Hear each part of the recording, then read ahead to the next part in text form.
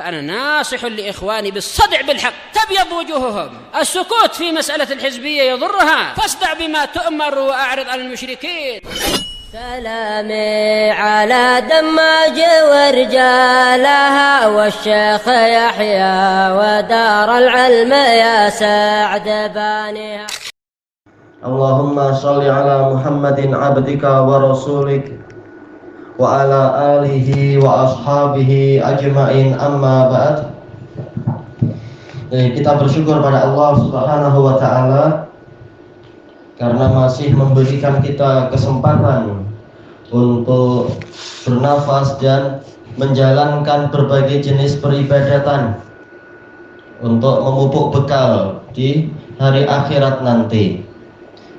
Dan termasuk amal ibadah dan bekal yang sangat mendasar adalah ilmu yang bermanfaat, sebagaimana dijelaskan oleh Al-Imam Ibnul Qayyim rahimahullahu ta'ala di dalam Miftah Daris Sa'adah, bahwasanya amalan dan keimanan itu memerlukan siraman, dan siramannya adalah ilmu. Kalau tidak ada penyiraman ilmu, maka keimanan akan cepat melemah. Demikian pula kalau tidak ada siraman ilmu, maka amalan juga akan melemah atau menjadi salah. Demikian pula bekal terbaik di hari kiamat, yaitu ketakwaan. Dia tidak akan menjadi baik kecuali kalau selalu diiringi dengan ilmu. Maka kita akan melanjutkan pelajaran-pelajaran yang alhamdulillah selama ini dimudahkan oleh Allah Subhanahu wa taala, dan kita mulai dengan ilmu yang terbaik, yaitu Al-Qur'an.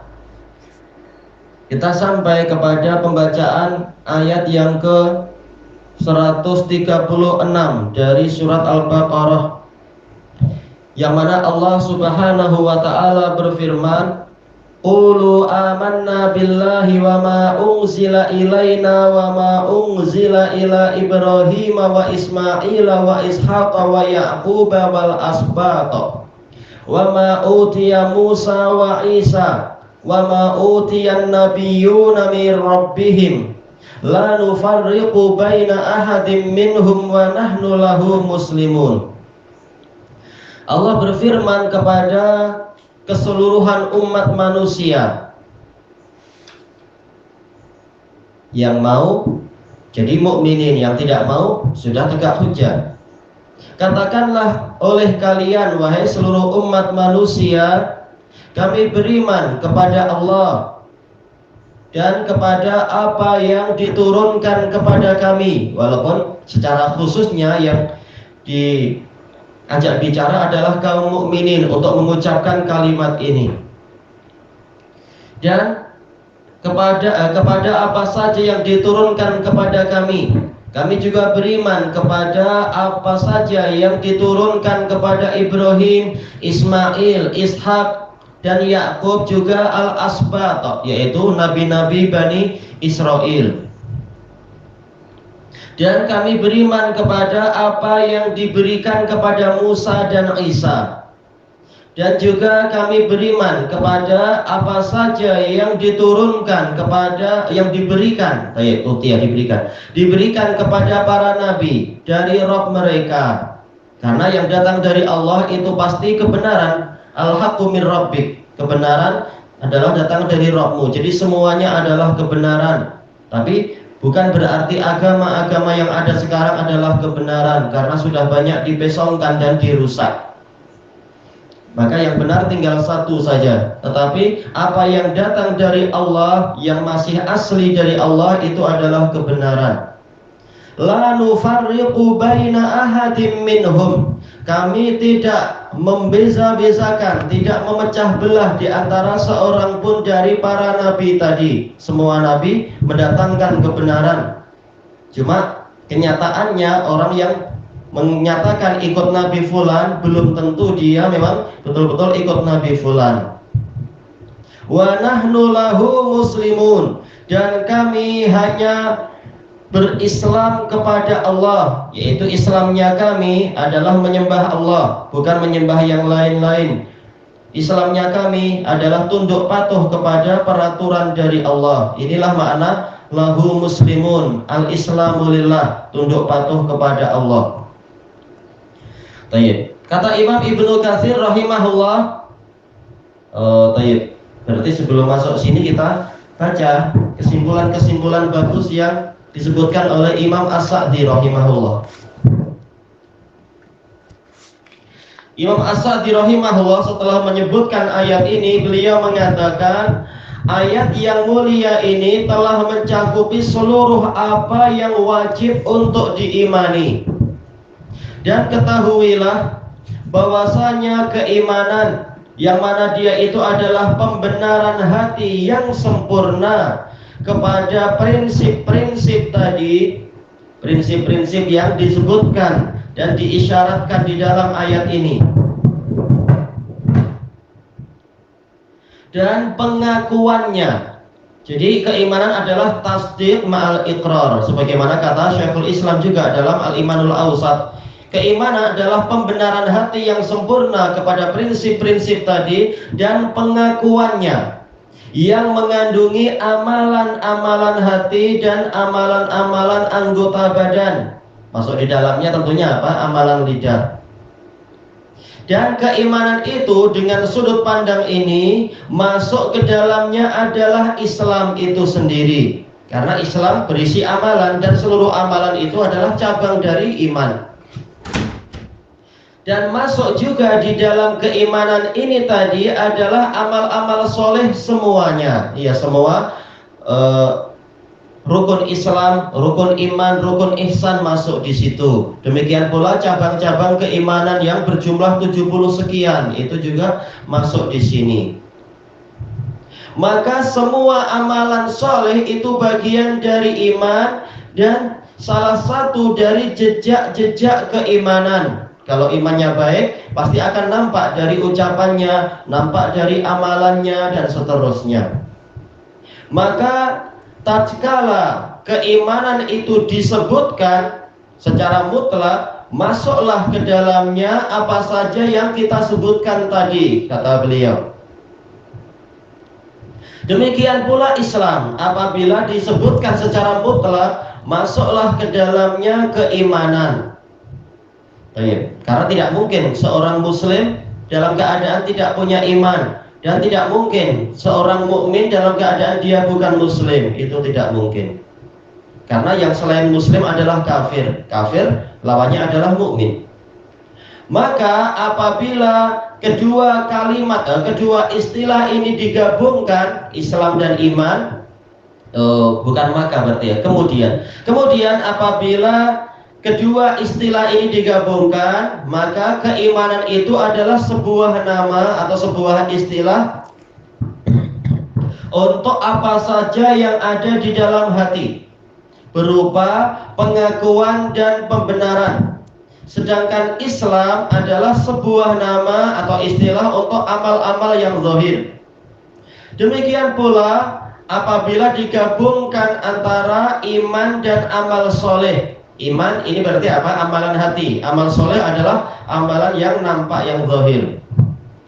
Kemudian firman Allah Ta'ala, qulu, ucapkanlah oleh kalian, yaitu ucapkanlah dengan lidah-lidah kalian bersesuaian dengan hati-hati kalian. Karena tak mungkin hanya perintah lisan, tidak mungkin diperintahkan jadi munafik. Jelas disuruh mengucapkan sekaligus dengan apa? Sesuai dengan isi hati. Makanya orang muslim yang sebenar itu dia bersyahadat bukan hanya syahadat dengan lisan, tapi juga apa? Dengan hatinya juga. Tidak seperti para munafikin yang bersyahadat tapi ternyata hatinya masih hati yang kafir.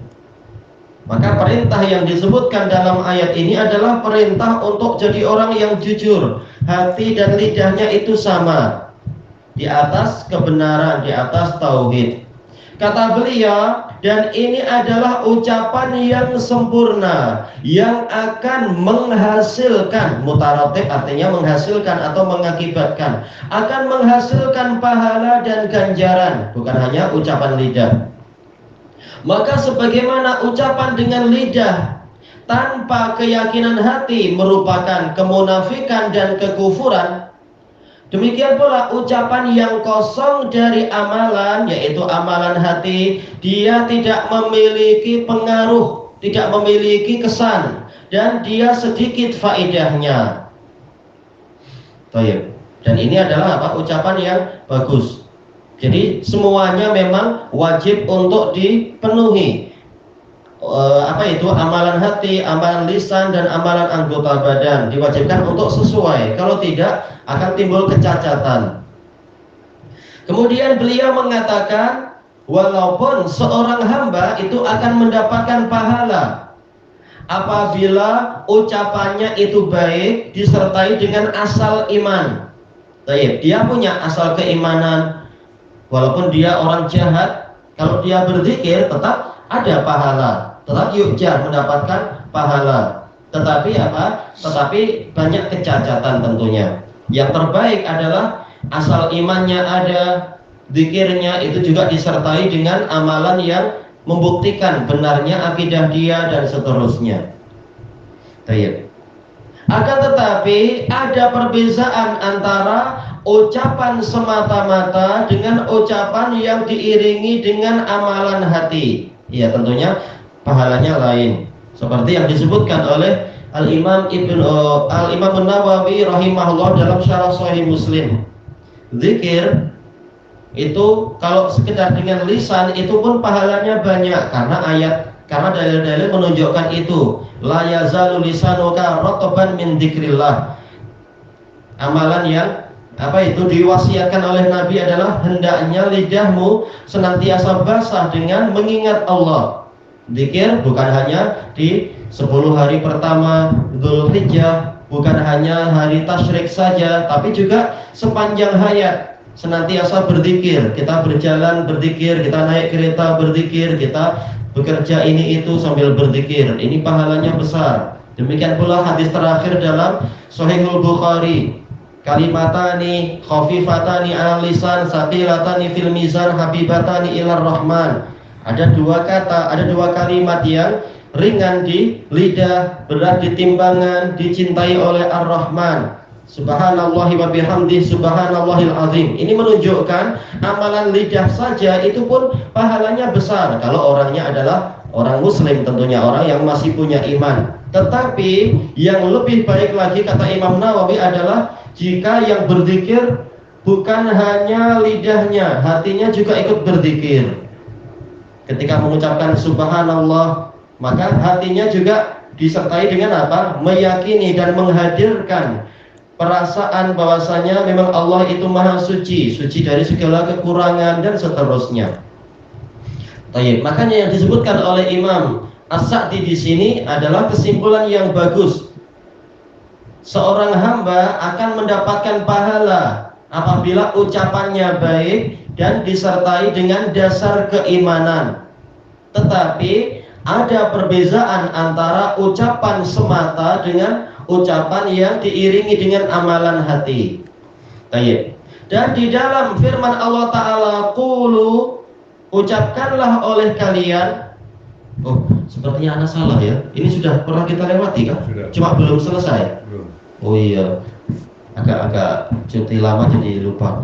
Baik. Jadi sampai pada yang wa ma unzila ilaina, dan apa yang diturunkan pada kami. Masih dalam apa? Tafsir beliau ayat ini juga.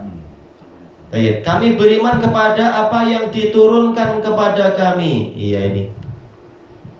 Kata beliau, ini mencakupi Al-Quran dan As-Sunnah. Iman pada Al-Quran dan iman kepada As-Sunnah. Kenapa? Karena Sunnah itu juga bagian dari apa yang Allah turunkan kepada Nabi. Walaupun apa? Sebagiannya ijtihad, tapi ijtihadnya itu disetujui oleh Allah Ta'ala. Ada persetujuan dari langit. Berdasarkan firman Allah Ta'ala, wa anzalallahu alaikal kitaba wa 'allamaka wa anzalallahu alaikal kitaba wal hikmah.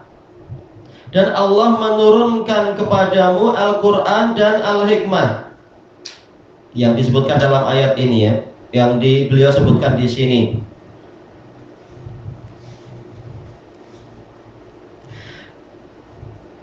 dan Allah menurunkan kepadamu Al-Quran dan Al-Hikmah. Jelas hikmah di sini adalah sunnah, sebagaimana yang ditafsirkan oleh Sufyan bin Uyainah dan Asy-Syafi'i. Dan juga apa? Setelahnya yaitu Ibnu Taimiyah. Semua mengatakan Alkitab dan Al-Hikmah maksudnya adalah Al-Quran dan As-Sunnah. Maka masuk ke dalamnya adalah keimanan kepada apa saja yang dikandungi oleh Kitabullah dan Sunnah Rasulnya Sallallahu Alaihi Wasallam. Apa saja sih yang ada dalam Quran wa Sunnah? Berupa sifat-sifat si pencipta, juga sifat-sifat para rasulnya. Demikian pula sifat hari kiamat. Ada penjelasan banyak dalam Quran wa Sunnah. Sekedar nama hari kiamat saja berpuluh-puluh dalam Quran. Sekedar nama, belum lagi penjelasan isinya. Cerita tentang hari kiamat. Dan nama itu menunjukkan gambarannya. Untuk apa? Untuk masalah Quran, masalah Nabi, masalah Allah, dan masalah hari kiamat. Nama itu sesuai dengan kenyataan. Untuk manusia memang apa? Seringkali nama tidak sesuai dengan kenyataan. Baik. Maka gambaran tentang hari kiamat banyak sekali dalam Al-Quran, belum lagi dalam hadis. Demikian pula perkara-perkara gaib di masa lampau umat-umat terdahulu dan di masa mendatang. Tentang apa? Kejadian-kejadian sebelum hari kiamat apa saja misalkan. Dan juga di dalam Quran wa Sunnah ada keimanan. Berarti kami beriman pada Al-Quran wa Sunnah, yaitu beriman kepada apa saja yang dikandungi oleh Quran wa Sunnah berupa hukum-hukum syariah yang bersifat perintah dan sebaliknya yaitu larangan. Demikian pula hukum-hukum balasan kebaikan, balasan keburukan, dan yang lainnya. Wa ma unzila ila Ibrahim, sampai akhir ayat. Kami juga beriman kepada apa yang diturunkan kepada Ibrahim. Di dalamnya ada keimanan kepada seluruh kitab yang diturunkan kepada para nabi semuanya. Juga apa? Keimanan kepada para nabi secara umum. Dan keimanan kepada para nabi yang khusus disebutkan di dalam ayat. Kalau para nabi secara umum dari ayat yang mana? Yaitu apa? Wa ma utiyan nabiyyuna mir rabbihim. Kalau secara khusus yang disebutkan namanya di situ Ibrahim, Ismail, Ishak, Yakub, dan Asbat. Baik. Kalau iman pada kitab suci tentunya apa? Iman kepada pembawanya, yaitu para nabi. Kemudian kata beliau, apa hikmah beberapa nabi ini disebutkan secara khusus? Karena kemuliaan mereka. Dan juga karena mereka mendatangkan syariat-syariat yang besar. Jelas semua nabi mulia. Semua nabi mendatangkan syariat. Mungkin syariat yang baru atau syariat yang datang dari Rasul yang sebelumnya. Tapi jelas semuanya akan mendatangkan itu. Tapi kenapa beberapa nabi ini disebutkan secara khusus? Karena mereka lebih mulia dari yang lain. Dan mereka mendatangkan syariat yang lebih besar dari yang lain. Inilah kesimpulan yang disebutkan oleh Imam As-Sa'di tadi. Kemudian kata beliau, maka yang wajib di dalam keimanan kepada para nabi dan kepada kitab suci adalah, yaitu seseorang beriman kepada mereka dalam bentuk yang umum dan menyeluruh. Yaitu secara umum kita beriman kepada semua nabi, bukan hanya beriman pada Nabi Muhammad lalu yang lain diingkari, tidak demikian. Kemudian kita beriman kepada apa yang kita ketahui secara terperinci. Nama-nama nabi yang ada kita imani itu. Wajib mengimani secara terperinci, karena Allah mendatangkan dua pola tadi. Terkadang dengan pola umum, terkadang dengan pola khusus. Maka kita cara berimannya juga demikian. Yang dikhabarkan secara umum kita imani secara umum. Yang dikhabarkan secara khusus kita imani secara khusus. Baik. Nah, dari sini tahulah kita pentingnya untuk mempelajari sejarah para nabi. Alhamdulillah kalau yang di Marrakesh sana kita membaca dua kitab Sirah Nabawiyah. Untuk di sini kesempatan belum ada. Nanti tunggu kalau waktunya sesuai tentunya. Wallahu a'lam. Itu baru apa? Baru Nabi Muhammad. Untuk yang nabi-nabi di atasnya ini juga perlu pembelajaran. Tetapi waktunya memang belum sesuai. Paling tidak ketika kita mempelajari tafsir Al-Quran, kita akan mendapatkan cerita banyak sekali, karena ini yang paling sahih. Dan juga sepanjang perjalanan kita mempelajari Sahih Bukhari, insya Allah kita juga akan mendapatkan pembahasan itu. Bukhari ada kitab khusus dalam Sahih Bukhari, di dalamnya itu kitab tentang Al-Anbiya, tentang para nabi. Nah, di situ disebutkan satu persatu yang memang sanadnya sahih oleh Imam Bukhari. Kemudian di sini firman Allah Ta'ala memerintahkan kita, mengatakan la nufarriqu baina ahadim minhum. Kami tidak memisah-misahkan, tidak memecah belah, tidak membezakan di antara seorang pun dari mereka. Maknanya adalah bahkan kami beriman kepada mereka semuanya. Ini adalah sifat khusus kaum muslimin, ya. Dengan ini mereka menyendiri dari setiap orang yang mengklaim dia itu ada di atas suatu agama.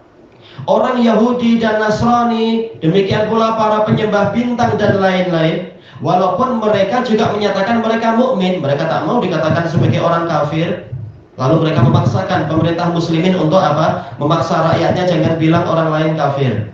Kenapa? Orang kafir sendiri mengklaim mereka ini mukmin, tak suka dikatakan kafir. Tetapi kata Imam As-Sa'di, walaupun mereka menyatakan mereka itu orang-orang adalah orang mukmin kepada apa yang mereka imani berupa para rasul dan kitab-kitab suci, tetapi mereka mengingkari yang lain.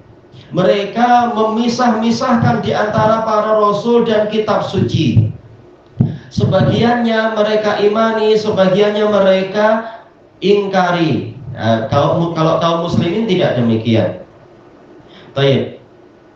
Maka kata beliau, dan keimanan pendustaan mereka akan membatalkan pembenaran mereka. Baik, berarti apa? Hakikatnya mereka adalah mengkafirkan diri mereka sendiri.